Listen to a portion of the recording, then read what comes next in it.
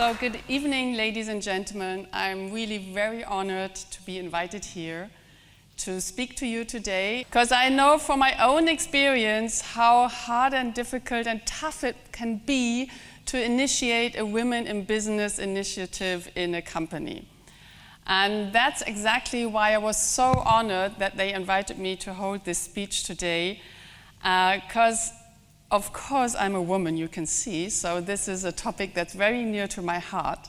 And being a executive coach for so many years, and you can see with how many clients I've worked the last 22 years and how many teams I have coached, I have seen man over man, and I have seen many different types of men, and I have seen a lot of female leaders and also a lot of diverse teams. And I can tell you that this speech today will not be a speech with science and all this data-driven whatever content. It will be a speech from my heart as an executive coach and with my experience of the last 22 years. So I'm speaking from my heart, and I hope that it will resonate with you and that it will, will bring some food for thoughts for you to consider with your own teams and also as a company. So, why is it so important to put the spot on women? Well, let's see. Who here in the room is working in hybrid team settings? Please raise your hand. Who is working in hybrid team settings? Next question. Who is working in diverse teams with women directly reporting to them? And now the last and maybe most important question is, who of you has a daughter or daughters they want a career for? Aha. So this speech is going to be very relevant for you. Great, good to know. Very good to know. Because what I see out there is a new war for talent. Yeah, it's not the old war for talent that you need the best experts or whatever. It's a new war for talent because people through the pandemic have changed their values, have reevaluated how they want to work, why they want to work, and with whom they want to work. People come and ask different questions, and you need an answer for that. And one very important aspect, for me at least, is that you really should be aware that there are very, very talented women out there. And they are also now in the position to choose. It's not like they are begging for a job, no. They can also go to any employer and say, I want to work with you, or I don't want to work with you. Yeah? So the game has changed for recruiting and attracting great people and also retaining great people. And that's my intro for my today's speech. Because what I see is, if you're not aware of that and you just keep recruiting as you did maybe over the last 20 years, you might miss very, very talented women and also very, very talented men. So what do we see? We see that changes and complexity have reshaped the business. We call it, at least in my world, in my coaching world, we call it the VUCA world. It's volatile, uncertain, complex, and ambiguous. Yeah? And this was a saying before the pandemic. Everyone said, oh, we are VUCA, we are so VUCA, but nobody really knew what it was. But then, all of a sudden, 2020, this little virus just shot us into the VUCA world. So what's happening now, it has become volatile and it has become uncertain. Nobody really knows what's going to happen. And what we see is a great resignation out there, that people are really thinking about where do I want to work and why do I want to work? And of course, whom do I want to work for? And of course, as you can see in your own environment, the working setups have changed. Hybrid is the new normal, and I recall 2 years ago, nobody knew what hybrid was. Yeah? And now it's a kind of finding and searching and what's the best model for us, what's the best setup, and I'm aware that you are also in that process. And I also have some conversations with leaders who say, oh, I want all my people back in the office so I can see them again and I can control them. Yeah? And I tell them, okay, I understand that you are a little bit insecure and would like to control your people, but be aware that probably the people that don't want to come back to the office will quit.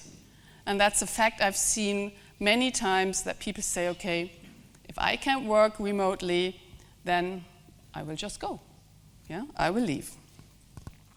Another very important insight, at least for me, is time is over for too much ego at the workplace. Yeah? And now you might say, oh yeah, the generation Z and Y and all, all that younger people, they are so different. Yeah? But no, not only them. Also, the more senior guys, to put it that way, yeah, they have experienced how good it can be to work from home, to work in teams that they like to work with. And of course, the pandemic had put a spotlight on leaders, on their strengths and their weaknesses, yeah? And also on teams, on their strengths and their weaknesses. And for me, at least, it is that time is really over for too much ego.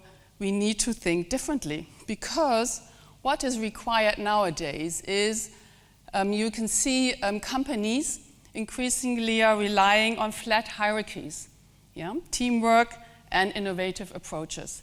I see clients who change their whole organizational model, and I can also see that some of them just delete some hierarchies.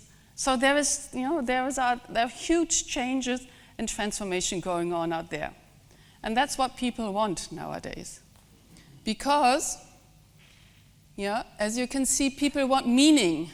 They want appreciation and well-being at work. I know maybe some of you are thinking, okay, I bought the coffee machine, I bought the kicker, I bought this, and isn't that enough? No, it's not. Yeah? They want to have psychological safety, they want to feel authentic in their job, with their team and with their boss. They want to be themselves, and they want to feel well. And by coincidence, that's really a true story, 2 weeks ago, I visited my cousin, and her son, this is Chris, her son, he's 22. And I talked with him, I said, Chris, it's, he just finished university, so he just started his career. And I said, Chris, how are you doing? Oh, he said, I left my first job. I was shocked. I said, Chris, you're 22, you had a very good first job, and you left it within the first 6 months? Yes, he said. And I asked why, and that was his answer. He said, I don't want to work for people that don't respect and value me. He's in the sales department, by the way. Yeah? And he said he was treated so badly that he said, no, I don't want to work for them. So he just quit, and then he looked for another job, and he got one and feels much better, and surprise, surprise, he also performs better. Yeah, and I found this a very bold step and statement for a 22-year-old. Let's all think back when we were 22, our first job. Did we say after 4 months, I'm quitting because they're treating me badly? I don't think so. So this is maybe the new generation, the new thinking, and I've heard similar messages from younger people that say, I want to be treated well. And if I'm not, I'm thinking about leaving. Yeah? I might not leave immediately, but I'm thinking about it. So keep this in mind. Yeah? I mean, it's a guy now, but I'm pretty sure that if I would ask younger women, they would also say the same. Yeah? So what does it mean? Are women the better leaders? Ooh, what a question. Oh, of course. Okay, so now here we are. That's the hot question here. Milos said, I'm a lawyer. So what do lawyers answer? It depends. Exactly. That's my answer. Actually, I would also go for no. You can't generally say women are better leaders. I mean, that's too flat, so to say. Yeah. Also, the other way around. You can't say men are better leaders. That's also too flat. So it really depends. Yeah. And I truly believe that we need equal numbers of men and women in leadership roles. Yeah. That's a fact. But what I'm going to show you is women have qualities that pay into modern leadership. Wow. And don't miss the chance to leverage them. Yeah? So if you want to modernize or increase or enhance your team and team spirit, performance, etc., think about what we need now. Yeah? Think about that. Because this survey, this research from Egon Zehnder International, that really struck me. It came last year in September, they published it, and they asked 1,000 CEOs, probably most of them men, yeah, as CEOs are still men, so we can say, most of the men say, leaders need to expand their capacity to be more adaptive, relational, and self-aware. Why? If we don't change as CEOs, how can we expect our organization to change? Yeah, it starts with us. And that's also the title of the study. It starts with the CEO. Now, don't lean back. It's not only CEOs, leaders need to change. Yeah, so all of you here in the room, maybe that's already food for thoughts for you. Yeah. And what another study, which I also found interesting, says empathy, motivation, and teamwork are the most important leadership skills in our new working world. So empathy doesn't mean that you always have to say yes and always have to agree with everything that a person says. No, empathy means that you are able to put yourself into the shoes of another person and try to understand better. That's empathy. It doesn't mean to agree to everything. And it is kind of proven in the study that leaders have to learn to be empathetic. The empathetic leadership style is the new leadership style required.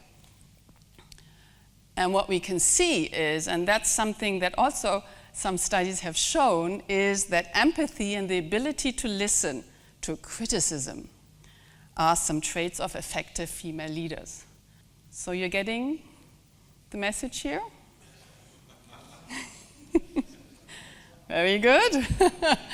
Yeah, so if you need empathy, you can learn empathy, by the way. There are trainings out there. You can go to mindfulness trainings or to emotional intelligence trainings, so you can learn to be empathetic. And you can turn to some of your female team members or leaders and look how they do it. Yeah, because at least some studies show that women have the ability to be empathetic.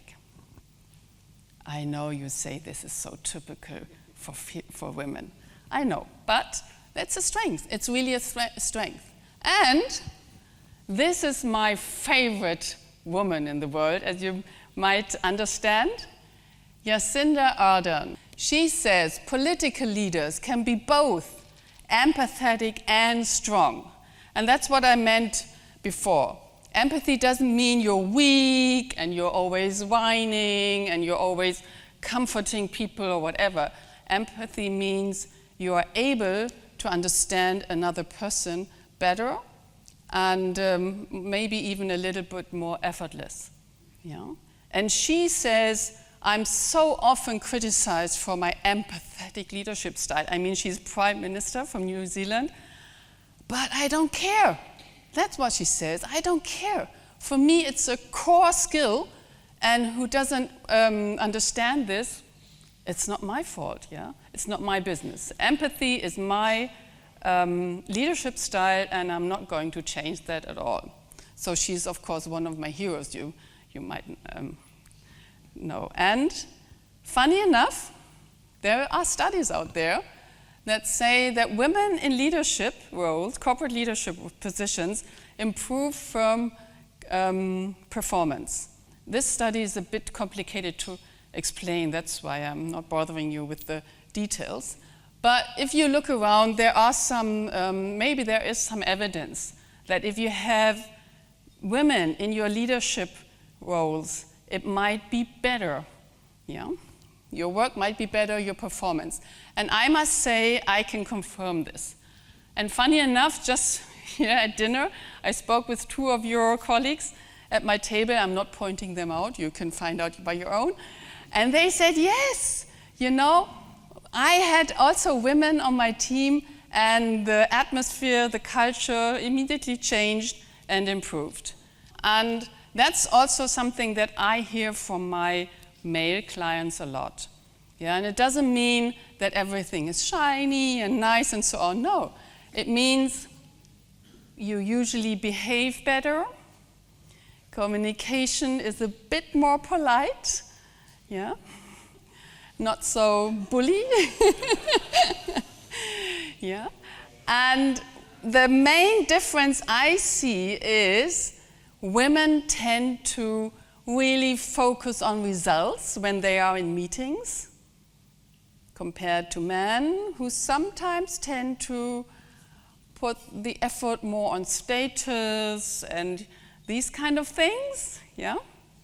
So it really has an impact on performance. And as I said, I see a lot of women who really do a great job. And if they are promoted, if they are supported, if they are mentored, they just flourish. And it's so nice to see how good they perform and how they also pull their teams to perform. It's really great to see. And of course, I am also a very big fan of diverse teams. I'm not saying, guys, go home, let the ladies come in. No, that's not my message here. Yeah? My message is diverse teams are really, really great. So the more diverse you are, the better you will work. This you can also measure. And a very, very current how would you say, good example for more diversity, a great signal. You can see here, 2022, the G7, and in 2015, so only 7 years ago, count the guys down here and count the ladies up there. I think that's a really great signal. And by the way, there is one study that found out that countries led by women had a better performance managing the COVID crisis than others, than countries led by men. So there is some evidence that women have great strength, and it would be a shame if you wouldn't leverage their strengths, and you wouldn't acknowledge them. So, my message, I only have 1 more minute, I think I'm going to be ready by then. My message for you here in this room tonight is be smart. Yeah? Leverage your female talents for creating an inclusive, and that's important nowadays, an inclusive and diverse, high-performing work culture. Yeah? Leverage your women. Do that. You will see the benefits immediately. So take your chance. And this is my food for thoughts for this evening. Leverage female talents, create a sustained, diverse, high-performing teams, lead with empathy, and acknowledge differences in personality, working styles, and opinions. And last but not least, Create an environment where your people feel well and find meaning for their work. Then, I think you will have a great future. Thank you for listening.